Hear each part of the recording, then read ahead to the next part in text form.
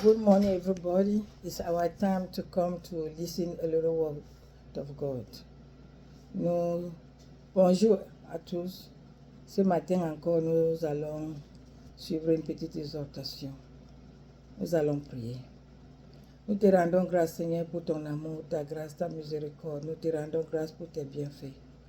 Nous sommes là pour te dire encore merci pour ton existence parmi nous et pour ta miséricorde envers nous. Nous te disons merci. Merci pour la nouvelle journée que tu nous as donnée. Merci pour la bénédiction que tu as déjà déversée sur chacun de nous. Merci pour ta présence, ô Dieu. Aide-nous et bénis-nous dans cette exhortation. Merci parce que tu es au milieu de nous. Au nom de Jésus-Christ que nous avons prié. Amen. Nous allons parler ce matin de la nouvelle vie en Jésus-Christ. La nouvelle vie en Jésus-Christ, c'est une expérience qui vient de son évangile, qu'on appelle la bonne nouvelle. Quand quelqu'un reste toute la journée, et à un moment donné, quelqu'un arrive chez lui, dit toc toc toc, j'ai une bonne nouvelle pour toi. Il est déjà égayé, il commence, il ouvre les yeux, il est content, il attend. C'est comme ça. L'évangile du Seigneur vient pour te rendre joyeux, content, espérant. Tu n'as pas l'espoir, la parole te donne de l'espoir. Tu es découragé, cette parole te donne l'encouragement. Tu es abattu, tu retrouves que tu deviens un homme, tu deviens comme un lion, avec la foi en lui. Parce que cette parole vient pour transformer les vies. Ceux qui sont dans la vallée de l'ombre de la mort. La parole de Dieu, l'évangile de Christ vient pour les apporter la lumière. La lumière qui vient du trône de Dieu. Non pas seulement la lumière de ce monde, mais la lumière qui vient du trône de Dieu, jaillissant dans le cœur, transforme les vies et les donne l'espoir pour l'éternité. Donc ce matin, dans ce contexte de cette parole de Dieu, nous allons voir dans 2 Corinthiens, chapitre 5, le verset 17, il dit, « Si quelqu'un est en Christ, il est une nouvelle créature. Les choses anciennes sont passées. Voici, toutes choses sont devenues nouvelles. Les choses anciennes ont disparu. Toutes choses sont devenues nouvelles. Et voici. » J'ai l'habitude de dire que j'aime ces versets bibliques. Ça attire beaucoup mon attention. Il dit, et voici. C'est quelque chose que quelqu'un tourne les regards, il voit. Et voici. C'est quelque chose qu'on observe. Est-ce qu'on observe ta vie que tu as déjà une nouvelle créature? C'est ce que la Bible te pose comme question ce matin. Parce que cette bonne nouvelle de la vie, elle implique un changement radical, une nouvelle naissance où les anciens schémas de la pensée alignés sur les enseignements ont été remplacés sur les enseignements. Donc, ton ancien schéma de vie, de pensée, de comportement ont été remplacés par la nouvelle vie. C'est pour cela que l'apôtre Paul dit ici dans 2 Corinthiens 5, verset 17, « Et voici. » Ah, j'aimerais que chacun examine sa vie pour voir si tu peux dire que yes, mon ancienne vie est passée. Yes, aujourd'hui il y a quelque chose de nouveau.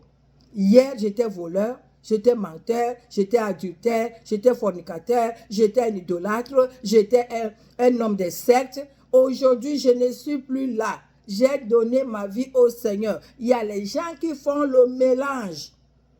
Et un pied, il veut être au Seigneur. Un pied, le monde, il t'attire. Qui des deux peux donc tu choisis ce matin? Jésus ou bien le monde? Une nouvelle vie apporte un changement. Si nous allons voir dans Galates chapitre 6, le verset 15, il dit que « Car ce n'est rien que d'être une nouvelle créature. Tu n'es plus, que tu sois circoncis, incirconcis, tu es pauvre ou tu es riche, un homme ou une femme, un jeune homme ou un vieillard, il y a une seule chose qui est bonne pour nous.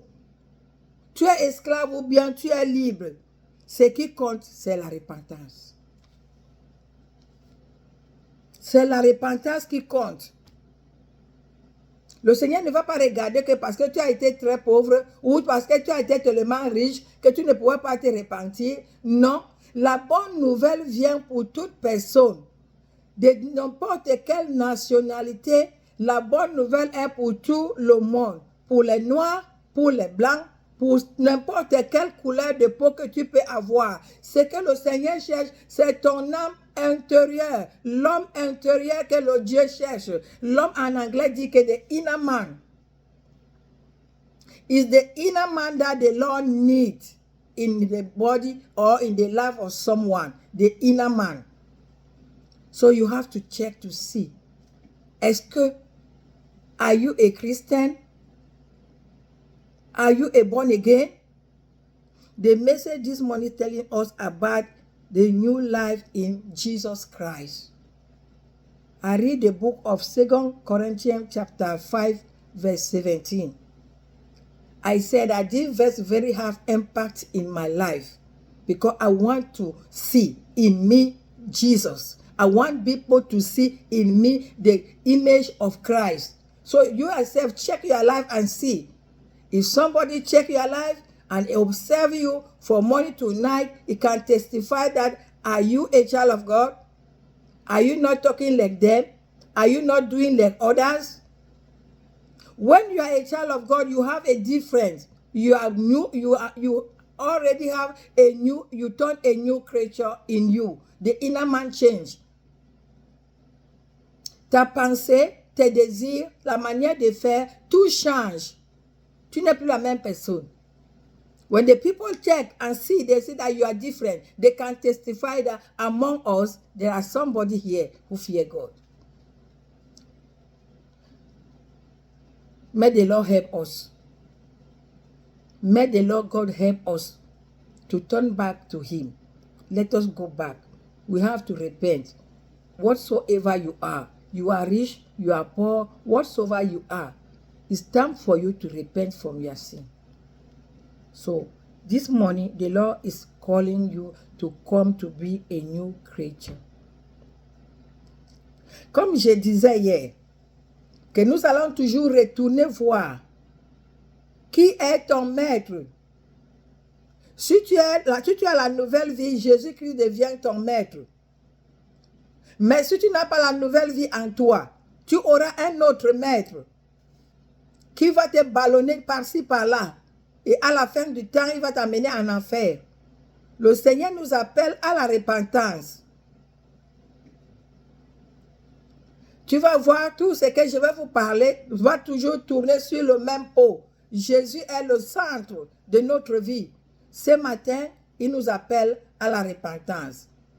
Je t'encourage, si tu es encore non repenti, cherche cette nouvelle vie par le moyen de la repentance ce matin. Cherche à avoir une nouvelle vie. On a lu 2 Corinthiens 5, 17 et Galates 6, verset 15. Nous allons nous arrêter là. Que le Seigneur vous bénisse. Nous allons prier. Nous te remercions, Seigneur, parce que tu es fidèle. Ce qui compte, c'est la nouvelle naissance. Que tu sois riche, tu sois pauvre. Tu sois grand, tu sois petit. Noir ou blanc, tu nous appelles à venir à toi. Seigneur, nous te supplions que tu pardonnes nos péchés ce matin. Que tu pardonnes, Seigneur, tu laves nos cœurs et que tu ramènes notre homme intérieur à se repentir sincèrement pour qu'on ne puisse pas tourner sur le pot sans rien faire de bon. On peut citer les versets bibliques sans pratiquer. Papa, je t'en prie, aide-nous, lave-nous dans le sang de l'agneau ce matin. Donne-nous la grâce et la force à te suivre jusqu'à la fin au nom de Jésus. Sois loué, sois béni parce que tu es glorieux et que tu nous exauces pour avoir prié au nom de Jésus-Christ. Amen. Merci Seigneur.